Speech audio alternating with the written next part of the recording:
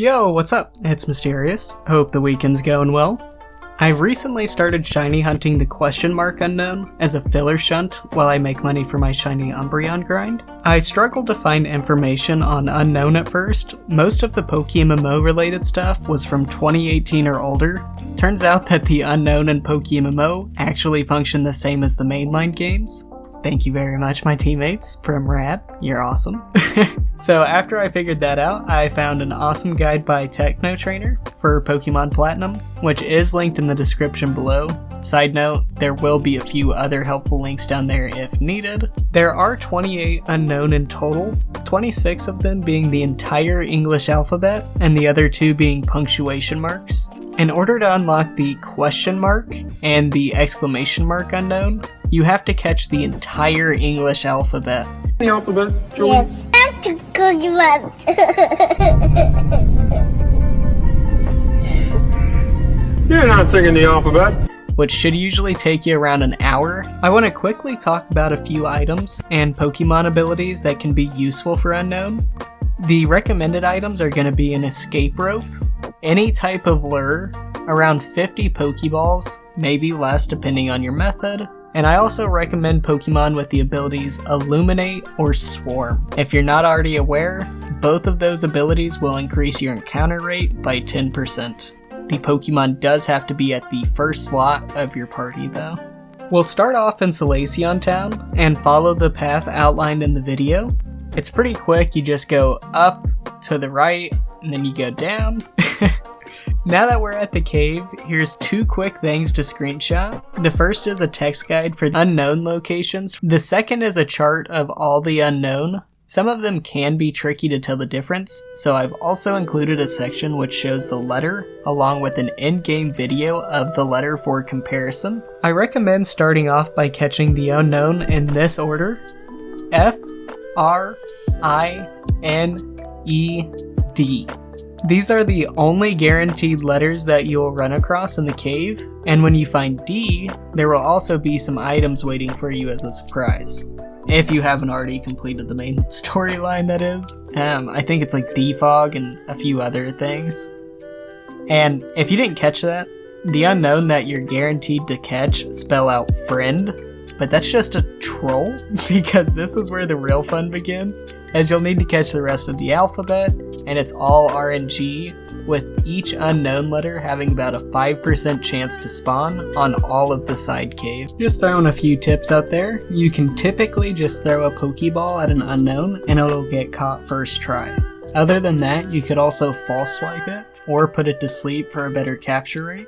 If you're going to do either, I do recommend false swiping, as it usually does have a better capture rate, and I don't usually recommend false swiping and putting the Pokemon to sleep, because it's usually not needed and can be a waste of time.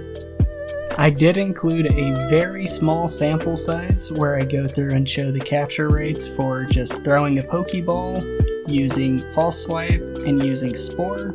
Like I said, if I were going to go with any of them, I would just throw a Pokeball and waste a little bit of extra Pokeyen to save some time overall. Now that we've got the entire English alphabet, we can go to the Maniac Tunnel and it'll be completely unlocked. The first thing that we need to do is fly over to Veilstone and then go south and then go into the first cave that you see. Just follow the video and you'll be good to go. Sadly, there's no cool reward directly from the Unown Maniac, but at the same time, you do get rewarded by being able to catch both the question mark and the exclamation mark Unowns, along with a rare candy from a Pokeball. I had never seen this in the past, but Technoblade shows this cool item called a seal or sticker case, which allows you to spell out words when you go into battle, which I think would be sick to implement into PokeMMO, but definitely don't think it's worth the developer's time, just because they'd have to censor it and it'd end up being a coding nightmare, because you'd probably have to code each individual letter, and there's probably styles based off those letters, and they've got a lot of other stuff already on their plate. Anyway, I also wanted to talk about shiny hunting in Unown. Thankfully, it's a pretty simple shunt, but I did want to detail it for anyone who was curious. Fun fact, Unown are actually not able to be bred, which makes high IV Unowns worth more money, and also means that single encountering is the only possible way to obtain a shiny Unown. The recommended items and Pokemon abilities are pretty much the exact same. If you're going to hunt anything other than the question mark or the exclamation mark, I would recommend an escape rope, just so that you can get out of the cave faster. If you're going for any Unown, make sure you have a ton of expert lures. And you'll also want a bicycle, just because you want to make sure that you get encounters as fast as possible, and you can walk faster when you're on a bicycle.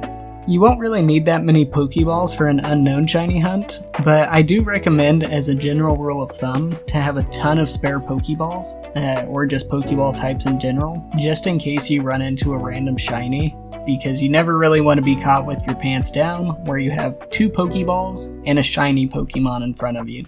That's not very good odds, depending on what you're hunting. Other than that, for the recommended Pokemon abilities, we'll go with Illuminate or Swarm, just because it gives you that extra 10% encounter rate, which really helps overall. And that's literally all you need to do for hunting a shiny Unown. This is what I'll be doing until I have about 50 mil Pokeyen, so I can go after my shiny Eevee again. The reason why I want to have that much capital is just so that I can invest it in other places. For example, right now I have about 2 million pure Pokeyen, as you can see. I have about 4 mil on the G-Till, and then I'm also berry farming. I'm actually investing into the self-sufficient method, and I've already got 2 alts that have the Unova storyline completed, but I want to get that up to 6. I know that sounds ridiculous, but I work from home, and I can't really actively play, but I could take, an hour to plant, or however long it's going to take to plant on all of those accounts, and then I don't have to do anything for like 10 hours. That's my work shift. That is very convenient for me. And so I'm going to be looking more into that, and maybe having a Leppa empire. We'll see. I've heard that it can make 1 mil a day, which is fantastic, because I'm already doing a gym run, but honestly, I only do 1 gym run at a time, because if I do any more than that, I'm going to end up burning myself out, and I don't want to do that. I just want to make consistent money, and so yeah. Definitely started to ramble there just because I got excited. Whoops. But I'm going to go ahead and wrap up this video. If you have any constructive criticism, any feedback, any comments, questions, concerns, please reach out in the comments below. I'll do my best to respond. If you enjoyed or the video was informative, please like the video and subscribe. Thank you for your time, and have a great rest of your weekend. Take it easy.